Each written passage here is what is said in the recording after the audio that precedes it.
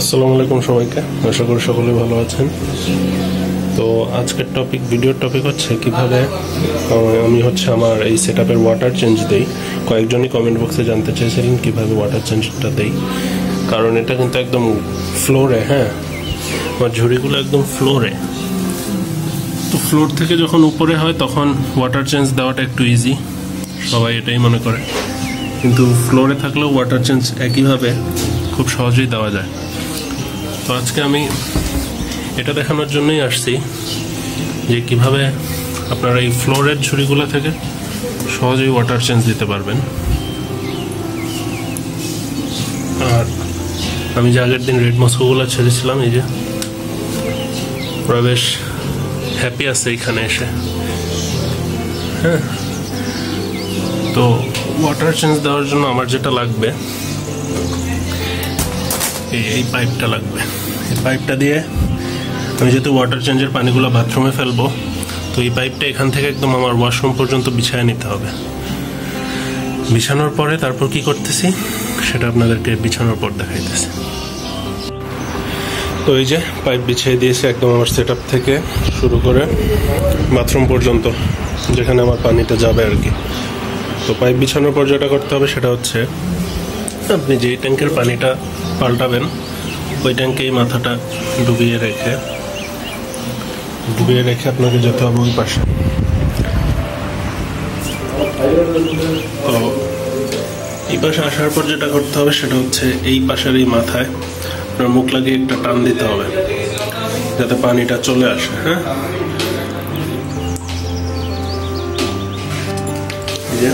টান দিয়ে এভাবে রেখে দিলে কিছুক্ষণের মধ্যেই দেখবেন পানি আসা শুরু হয়ে যাবে। এই যে, তো এখন আপনার ওই পাশে আবার ফেরত যেতে হবে। এখানে ফেরত এসে আপনার একদম ময়লাগুলোর কাছে নিলে দেখা যাচ্ছে, আশা করি ময়লাগুলোর কাছে নিলে ময়লা সব এই পাইপ দিয়ে চলে যাবে। এই যে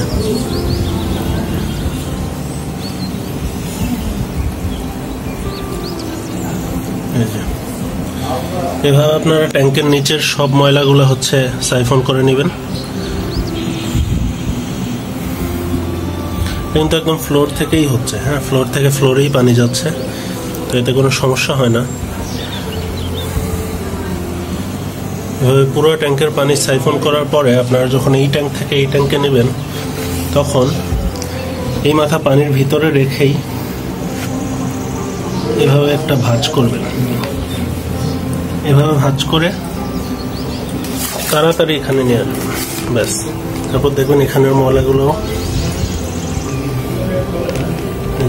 ময়লাগুলো টেনে নিচ্ছে পাইপে, যেমন এই যে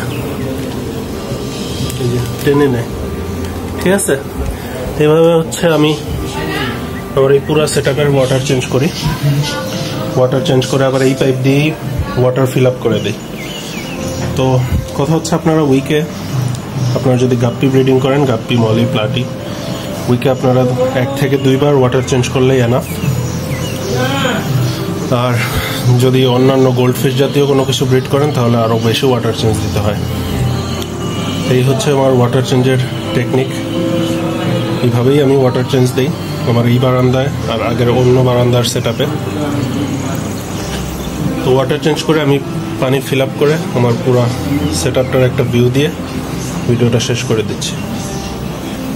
আর এই যে ওদেরকে নতুন পানি দিতেছি, সব এখানে হাজির। এদের পরে এদেরকে দিব, তখনও দেখবেন সব পাইপের কাছে হাজির।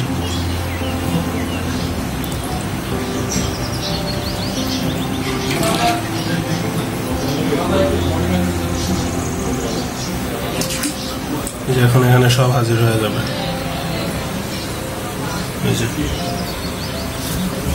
ওই পাশ থেকেও সব আসতেছে।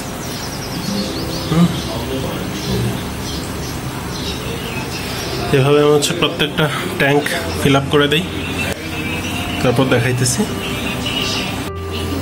তো এই যে আমার সাইফনিং এর পর প্রত্যেকটা ট্যাঙ্ক ফিল আপ করে দেওয়া শেষ।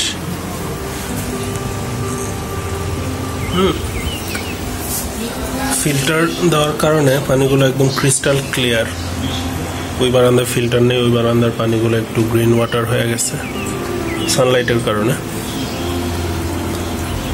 ফিল্টার দেওয়ার কারণে এই বারান্দার সবগুলো ট্যাঙ্কের পানি একদম ক্রিস্টাল ক্লিয়ার। তো ওয়াটার চেঞ্জের পর মাছেরা দেখতেই পারতেছেন, ওরাও হ্যাপি। তো আজকের ভিডিওতে এই পর্যন্তই ছিল। কয়েকজন জানতে চেয়েছিলেন কিভাবে আমি আমার এই সেটআপটার ওয়াটার চেঞ্জ দিই। যেহেতু গ্রাউন্ড ফ্লোরে, মানে একদম ফ্লোরের সাথেই সবগুলো ট্যাঙ্ক, সেহেতু অনেকে মনে করেন ওয়াটার চেঞ্জ দেওয়া হয়তো যায় না, কিন্তু এরকম কিছুই না। ওয়াটার চেঞ্জ দেওয়া নর্মালি আপনারা উপরের লেভেলের ট্যাঙ্ক রাখলে যেরকমভাবে ওয়াটার চেঞ্জ দেওয়া যায়, এগুলোতেও সেই একইভাবে ওয়াটার চেঞ্জ দেওয়া যায়, সেটাই দেখাই দিলাম। তো সকলে ভালো থাকবেন, সুস্থ থাকবেন, আল্লাহ হাফিজ।